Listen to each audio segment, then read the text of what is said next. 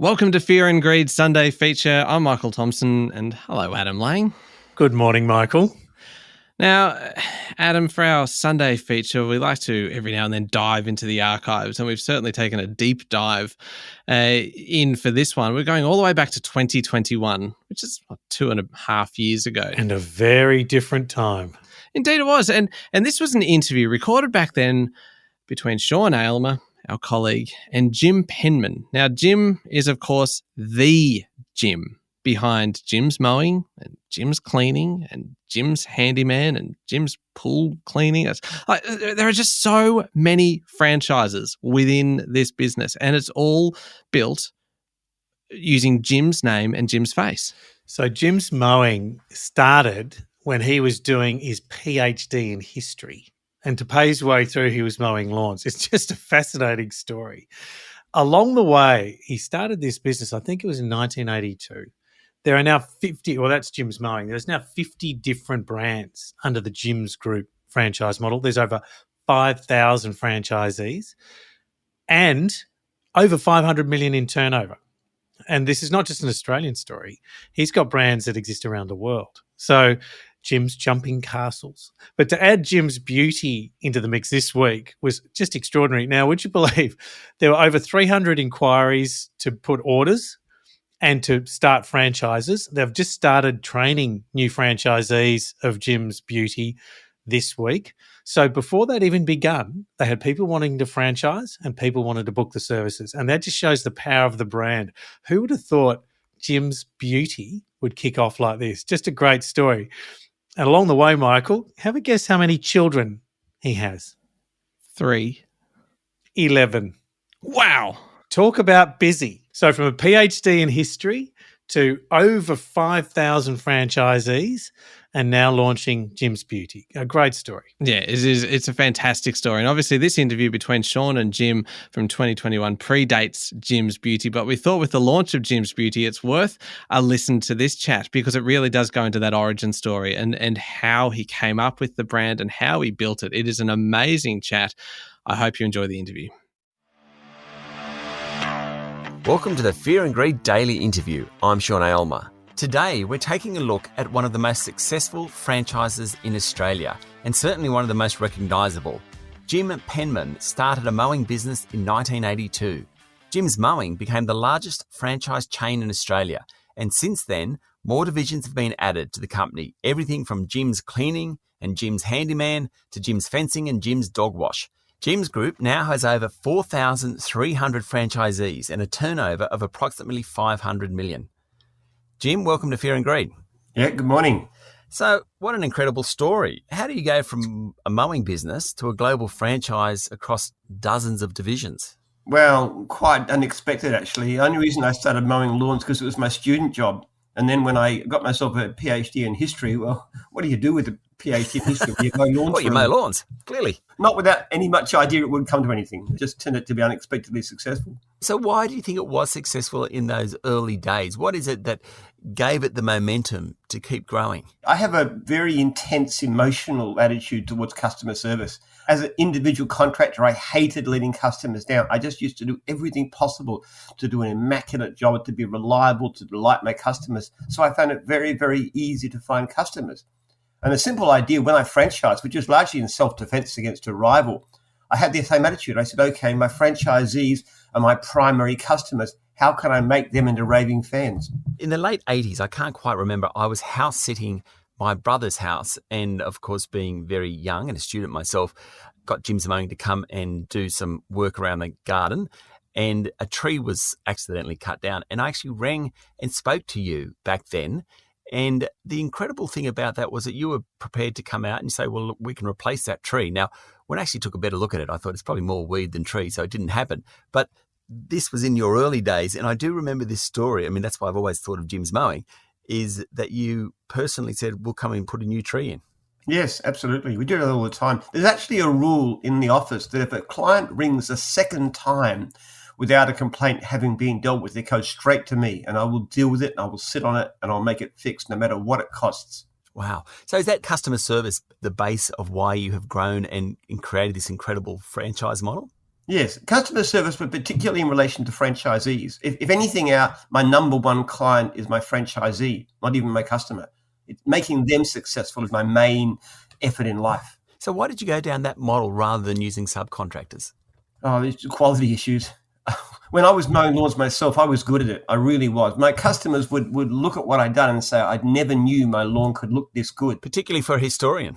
Well, I just have this passion. I have a obsession. It's not financial. It's just I hate letting customers down. If I pass one of my guys who's mowing a lawn and I can see a blade of grass coming out of the edge of the nature strip, I will stop and say, why can't you see that?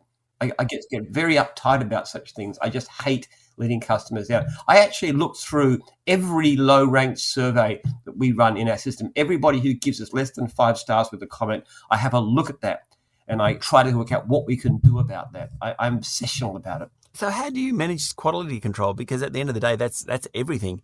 I will ring your guys if they've done a good job. I mean, repeat business must be everything. I appreciate what you're saying, but there must be some people who don't do a great job. Well, yes. Look, in the beginning, the fact that we actually had a franchise and they owned the business was an incentive for service. So the franchising gave a better service than we did as individual subcontractors. But over time, what I've done is put systems in place. First of all, starting to record complaints properly and then taking action if there's too many complaints. And secondly, and the big thing, about 5-6 years ago, we put a survey system where we text our customers after the job. And based on the response to that, then we put a rating in and we monitor more complaints. Now, what's actually happened is that, just to give you some idea, before I started franchising, about half of the messages coming into my call center were complaints. It went down to eventually, after a few years, it was like 5%. Now it's only a fraction of 1%. And every time we push for better customer service, what we find is we get more customers. What's interesting there is that you're using technology in an industry which is very labour intensive. Yes. Well, actually, of my 70 odd people that I employ directly, most of them are actually in technology, mostly in software development. We're actually developing a system now, a new system of contract database, a system of running a business, which I believe will cut our complaints down to a fraction of what they are now. It'll do things like it will actually warn people if they don't ring back. It will warn the franchisor if somebody hasn't called back. It will actually warn us if a quote isn't done properly. It will text clients with details of appointments. There's a whole stack of things we're doing right now, which I expect to see our complaints go down more and more and more. Stay with me, Jim. We'll be back in a minute.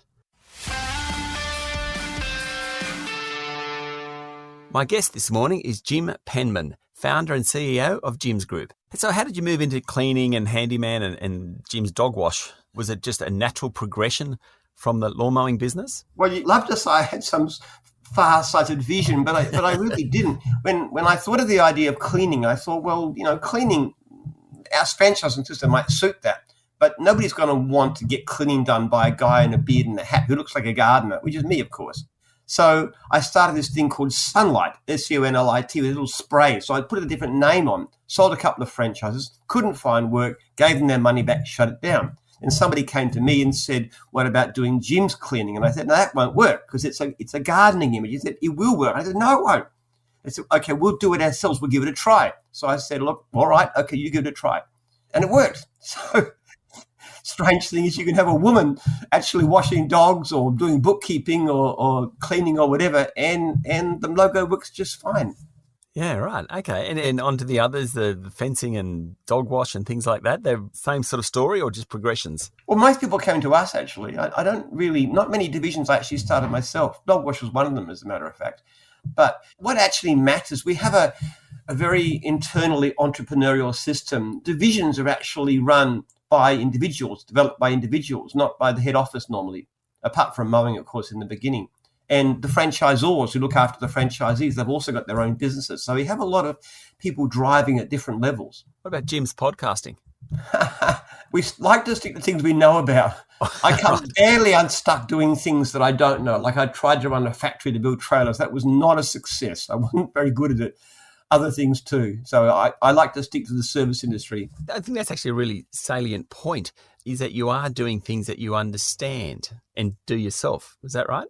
Yeah, that's right. We don't even do site-based franchises too. We're not trying to compete with the likes of Pool works in that area or McDonald's or whatever. They do it very well.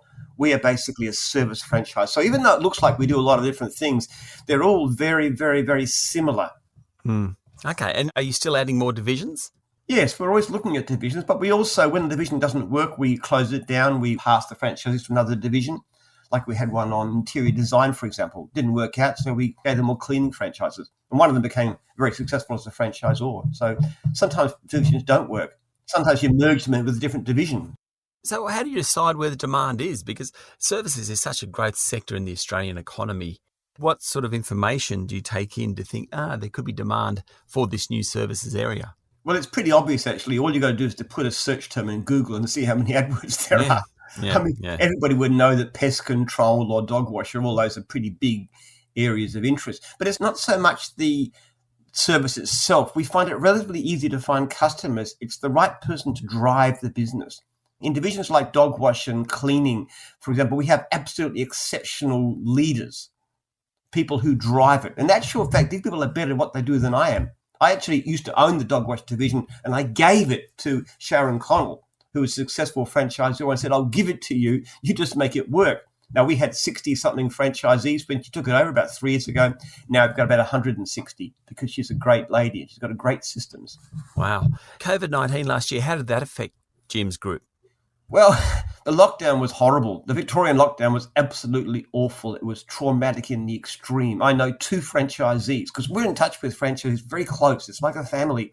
I know 2 franchisees who had suicide attempts within their own family. It was awful. It was distressing. People would be ringing me up and say, how long is this going to go on for? So that was terrible. I got very, very angry about the whole thing, about the way that my people were being treated for no reason. But at the same time, I have to say it's been brilliant for us because in actual fact, we have work all the way through. In fact, our work increased. We've had the most incredible time ever. Like November, December basically melted down the call center. So we've got the work. And at that time, a lot of people were out of work. And that's one reason we've grown so much. The problem we've got actually is that the work is beyond what we can handle. Traditionally, about 1 in 10 jobs might be unserviced. Recently, it's about 1 in 6. Last year, it was 1 in 3. This year, 35% of leads so far are unserviced. We just cannot cope with this incredible demand, no matter how fast we grow. Why do you think that is? Why is the demand jump so much? Well, it's because of customer service. See, one of the things I put in last year, for example, is a system which said that if you get a poor survey from a customer, you can go back to the customer and do whatever you want to make the customer happy. And then I'll delete the survey personally or upgrade the rating or delete the complaint. So that's given a tremendous drive to give better service. And as we push for better service, every time we improve our service, the amount of work comes in. And the interesting thing about this is our advertising cost is actually going down. There's a certain amount in every contract that says this must be spent on advertising. We've been going back to our franchisees and saying, guys, we can't spend this. Here, have it back again. We've given away hundreds of thousands of dollars. I've never heard that from a franchisor. Given back to the franchisees hundreds of thousands of dollars of advertising because we cannot spend the money. You mentioned earlier on that your number one customer are your franchisees, and then famously last year, you suggested that franchisees continue servicing customers and ignore lockdowns, and you said you'd pay their fines. What sort of reaction did you get to that? Okay, well, look, I was inexperienced with the media. What I actually said during the Channel 7 interview was that the law of the land is the Department of Human Services regulations, which clearly said that you could mow lawns and clean, sole operator working alone. That was in the guidelines. That was the law. The Premier then goes on a press conference and says you can't have your lawns mowed or your houses cleaned. Now, that's not the law. The law is what the department said. So I said, we will tell our franchisees to obey the law. And what happened? And they said, what happens if they don't? They said, well, we will pay the fines. And that was because it was legal. Now, as soon as the government then shut down said, okay, the regulations have changed. In other words, let's change the regulations to fit in what the Premier said. Then I said, okay, stop working. So I never, ever advised my franchisees to disobey the law, but the interview gave the impression that I did. Okay, well, that's good. We've got that sorted. Now, tell me, you're also international with a presence in New Zealand, Canada, and the UK. How are those businesses going? How do they handle COVID-19, and what's the future for them? Well, actually, not a great deal of effect. I mean, New Zealand had their 1 month lockdown, which was the first one. So the same kind of story they've coped with very well. I mean, overall, it's been very good for business. One of the things people, when they can't go overseas and have holidays and stuff, they've got to spend their money on something. And most people are employed, and you get all this government money. So there's a lot of money sloshing around the economy. So it really has pretty good effect overall. I'm not saying I'm in favour of it. I think it's a horrible thing, and it's terrible. So many people have died. But at the same time, for business point of view, it's been very good for us. We'll be back with more in a moment. I'm talking to Jim's Group founder and CEO, Jim Penman. The other thing that you've done recently, which I think was really interesting, was suggesting that people who aren't working at the moment or potentially retirees come out of retirement and take on a franchise. How's that gone? Well, yeah, it's been great. One of my people, I just rang him I ring people on major anniversaries. I rang him on his 10-year anniversary, and this was a guy who was 78. And he said he made more money mowing lawns in his 70s than he ever did as a manager for Bunnings early in life. So, fantastic. But the point of it is, though, this idea that you've got to retire at 65 and that you're a decrepit has-been, you're going to shuffle around for the rest of your life, is ridiculous. It's so outdated. I turn 69 next month, and I am going full on. I'm just getting started. I run every day, or I work for several hours, hard work on my farm. I mean, we're not old anymore. Yeah. 70 is the new 30 as far as I'm concerned. I'm full of energy and full of ideas. And so many of my franchisees are actually in their 60s and even 70s, and they're doing very, very well. And I think, if you're doing that business when you're in your 60s and 70s, you're very serious about what you're trying to do as well. Yeah. It's also the kind of thing too, like you have this ridiculous situation where you work flat out to 65, then they give you a gold watch and you retire and you're a has-been. That's not a natural way to live. What actually tends to happen as you get older, you just calm down a bit. Okay, in your 50s, maybe you're working 50 hours a week. And then in your 60s, you're dropping back to 35 hours a week. And then in your 70s, you're down to 15 hours a week. And then in your 80s, you may be down to 10 hours a week. But you're still working. They've actually done a study to show that unemployment is really, really, really bad for people, psychologically, mentally, physically, every other way. But even working 1 day a week is actually really good for you. So why should you? And we have special contracts that actually allow our people to slow down. They pay less fees. We call them retirement contracts. Wow. It gives people a purpose. When you're 70, last thing I want to do is be watching TV at 70 or playing lawn bowls. I want to be working. And particularly when you've got something like lawn mowing too, because one of the things I'm very interested in is the science of health and happiness. And it's one of the things that's most associated with happiness, with health, with good mood, with everything is exercise. And the other thing is being outside in green areas. Well, what better job than lawn mowing? I mean, honestly, it's so much fun. I love being outside gardening. I really enjoy it. 40 years on, or almost 40 years on, clearly you're not thinking about pulling up stumps. You've considered an IPO previously. Is that something that you'd go down? Where do you think the business will go in the next decade or so? I don't think we're going that way at all. One of the problems with public companies, they tend to be very short-term thinking. We never think that way, and Jim, it's always long-term. What is in the interests of franchisees? What is in the interests of clients? What's the interests of staff? I don't think being a public company is great. I'd be happy to be, a $1 billion company and still stay private. I've got actually 10 children.